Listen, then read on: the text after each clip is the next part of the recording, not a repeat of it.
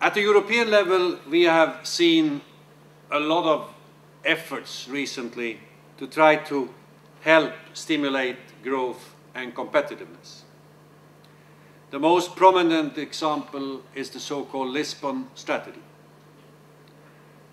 which was launched in Lisbon in the year 2000, and the idea was to turn the EU into the most competitive, as you know, economy in the world, based on a knowledge economy and underpinned by information and communication technologies.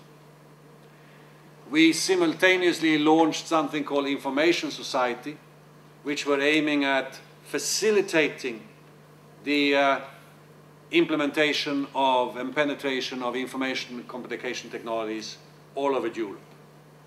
And I think that program has been quite successful.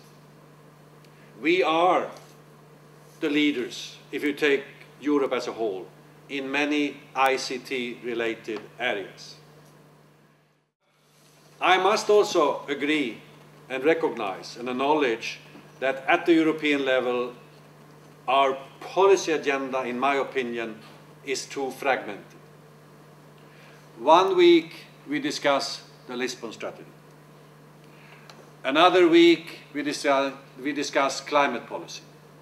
A third week we discuss trade policies. The next week we discuss employment policies. And another week we discuss the quality of air and water and biodiversity. And I would submit that much would be gained if we could move forward with a more integrated agenda, a more integrated approach. And what do I mean by that? Well, I think the problems we face in terms of environment and climate are very, very serious. And I'm not talking specifically about Italy or Brussels or Sweden. I'm talking about the planet. And very many people still have difficulties to realize that we are no longer talking about 1 billion global consumers aspiring the same kind of lifestyles as we do. We are talking about more than 1 billion Chinese wanting the same, more than 1 billion Indians wanting the same, people in Africa, Latin America, Indonesia, etc. And 10, 15 years ago, when I was reminding people of the fact that we were exporting lifestyles to the developing countries which couldn't sustain the world, we had to rethink. People were saying, no, that's not going to be a problem. And it's long into the future. Now, ladies and gentlemen, now we are there. Every month, China puts in place, opens 2 new coal-powered power plants. Meaning that in a year's time, China installs more electrical capacity than Sweden and Norway combined in 1 year. China's demand for oil increases by between 12 and 15% yearly right now. The percentage increase in India is less, but they are also catching up. And very, very soon we will have a situation where the demand for metals, for fossil fuels, etc., is going to more or less explode. And it's not sustainable. Apart from the environmental and climatological problems, you also have the fact that more and more experts tell us that we are very close to what they call the point of peak oil production, where the world will have consumed more oil than what is still left. And once that point is reached, we will, with no doubt, continue to experience increases in the prices of oil.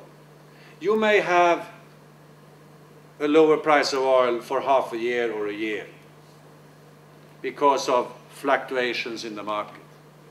But I'm absolutely convinced that whether we like it or not, we have to anticipate and expect that the price of oil will be in the range of $50 plus per barrel in the foreseeable future. And we are also developing a joint market, a common market in Europe for gas and electricity. And prices are going this way, not this way.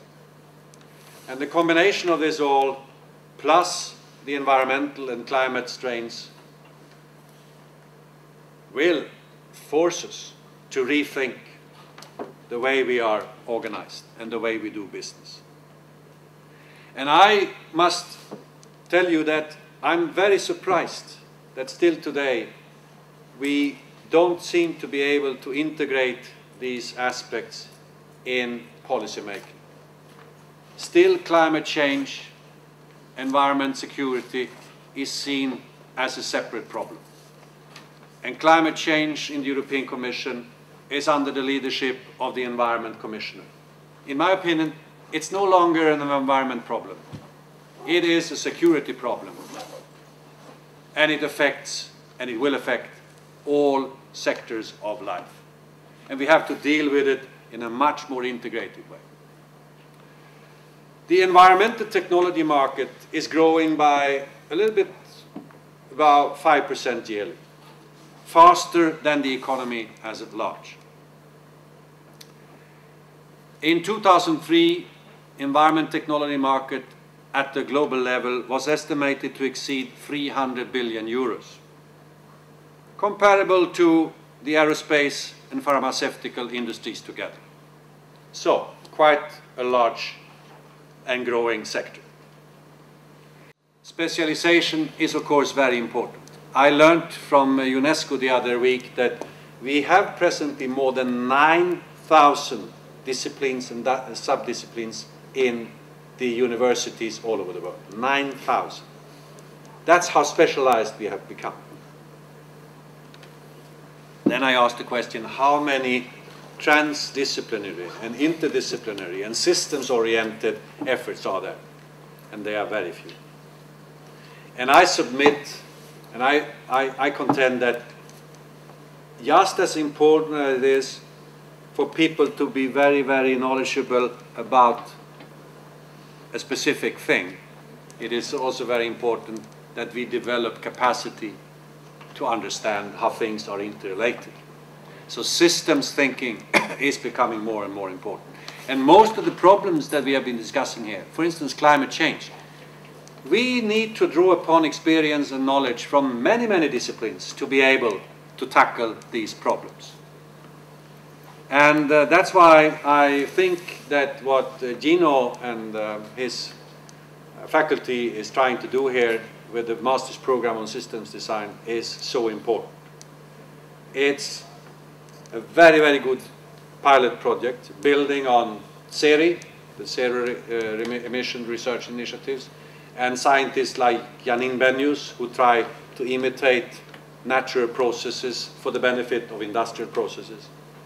I think it is really, really worthy of a lot of positive comments and appreciation, because we need more of that. And I will make it one of my objectives in the coming weeks and months to try to provide a link to one of the universities in Sweden, possibly Jönköping, which is a private university and which is situated in a part of Sweden where we have lots of small and medium-sized enterprises which would very much benefit from something like this. Applied research, but in a systems perspective. Now, of course, we should also mention that consumers are important. If we are going to develop markets of this kind, of course, consumers have to be involved and have to demand these kind of solutions. So consumer information is very important.